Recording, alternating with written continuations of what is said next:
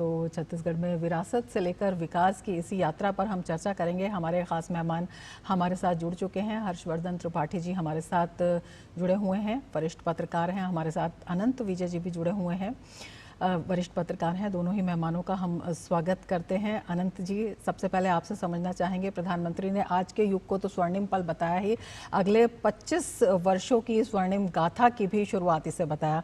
किस तरह से देखते हैं? रमा जी, देखिए, सबसे बड़ी उपलब्धि जो छत्तीसगढ़ राज्य की है वो मुझे लगता है कि वो नक्सलवाद का सफाया है।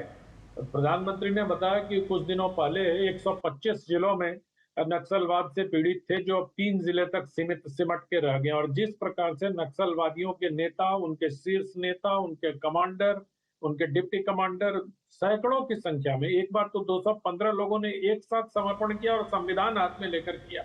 ये दृश्य कभी नहीं देखा गया था। और ये मुझे लगता है कि नरेंद्र मोदी के नेतृत्व में अमित शाह की का जो दृढ़ निश्चय है उसको पूरा कर रहा है। तो छत्तीसगढ़ अब जिस प्रकार से आगे बढ़ रहा है उसमें इन सारी प्रशासनिक व्यवस्था दुरुस्त होने की बात है। हमेशा से हम ये सुनते आए कि जब राज्य छोटे कर दिए जाते हैं, जब राज्य छोटे राज्य होते हैं तो प्रशासनिक रूप से उसका बहुत फायदा होता है। लेकिन आप देखिए, एक तरफ छत्तीसगढ़ है, दूसरी तरफ झारखंड है।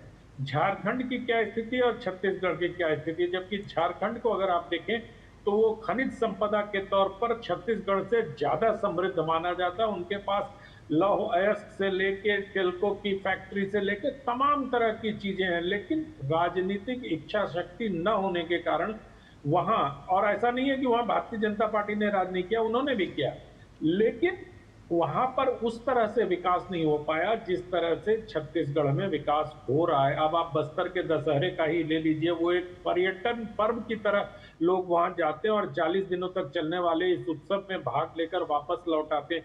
मैं अभी पिछले महीने ही छत्तीसगढ़ गया था और बस्तर दशहरा उस समय चल रहा था। रायपुर देख लीजिए, नवा रायपुर बना था, उसके बाद वो धीरे धीरे खंडहर में तब्दील होता रहा था। पिछले 5 वर्षों की सरकार ने वहां पर कुछ नहीं किया, लेकिन अब वही नवा रायपुर अगर आप जाएंगी तो आपको दिल्ली से कम नहीं दिखाई देगा। बिल्कुल। वैसी हरियाली, वैसे चौड़े चौड़े सड़कें, और वैसे ही रेड लाइट में रुकना, गोल चक्कर में रुकना। मैंने तो बल्कि अपने एक साथी को कहा कि ये तो लुटियंस दिल्ली या चंडीगढ़ टाइप, पुराना चंडीगढ़। अब तो चंडीगढ़ भी भ्रष्ट हो गया है पूरे तौर पर, अगर आप उसको देखें तो ट्रैफिक व्यवस्था ने ध्वस्त कर दिया जी। उसको। तो रायपुर इतना खूबसूरत, और छत्तीसगढ़ में मैं बिलासपुर भी गया, मैं उसके बाद दंतेश्वरी मंदिर के दर्शन करने भी गया। तो इन सब जगहों पर अगर आप जाएं तो जाना आना बेखौफ होके जा सकता है। सबसे बिल्कुल, बड़ी उपलब्धि यही है कि डर समाप्त हो गया वहां डर से और समाप्त हो गया निर्भय है। के लोग जी बिल्कुल, रहे। बिल्कुल।